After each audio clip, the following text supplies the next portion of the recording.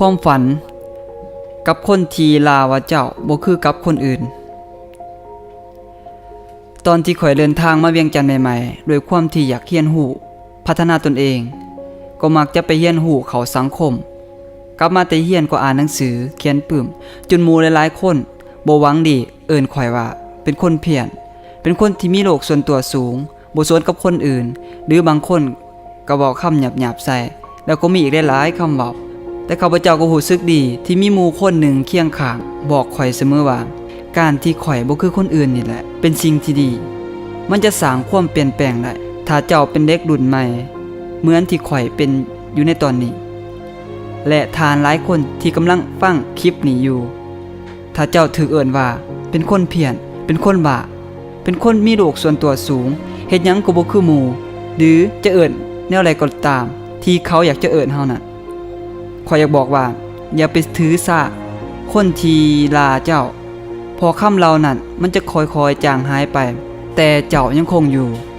ตอนที่ข่อยเรียนอยู่ปี1นั้น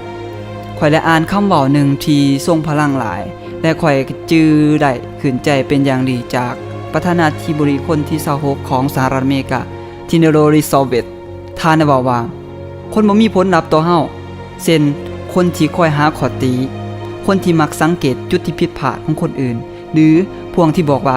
เฮ็ดแบบนั้นแบบนี้จึงจะดีกว่า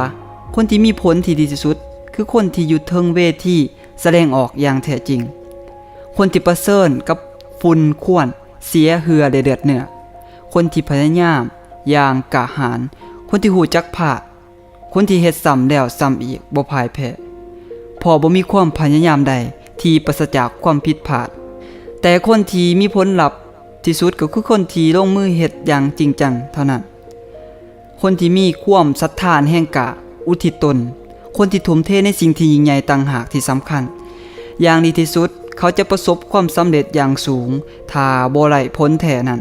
อย่างน้อยที่สุดถ้าเขาพลาดเขาจะพบกับความล้มเหลวและความล้มเหลวนั้นมันก็ล้มเหลวด้วยความกล้าหาญที่ยิ่งใหญ่นั่นเอง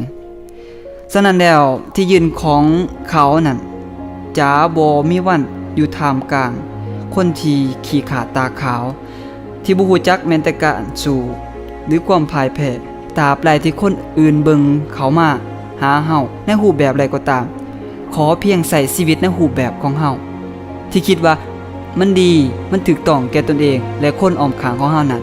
สิ่งสำคัญจงเฮ็ดในสิ่งที่ใจมันบอกว่าอยากเฮ็ดและทุ่มเทอุทิศตนให้กับมันจนกว่าจะบรรลุในสิ่งที่เฮาต้องการอย่าใส่ชีวิตเหมือนแสงเทียนที่อยู่เทิงเค้กอย่าปล่อยให้ความฝันของเจ้าเป็นคือกับไฟที่อยู่เทิงเค้กวันเกิดถ้ามีคนใส่ลมปากเป่าเบาๆมันก็จะลับไปแล้วอย่าให้ลมปากไผมายุดในสิ่งที่ท่านต้องเฮ็ดจงกล่าวออกมาจงลงมือเฮ็ดและจงเป็นอย่างที่เจ้าฝันเอาไว้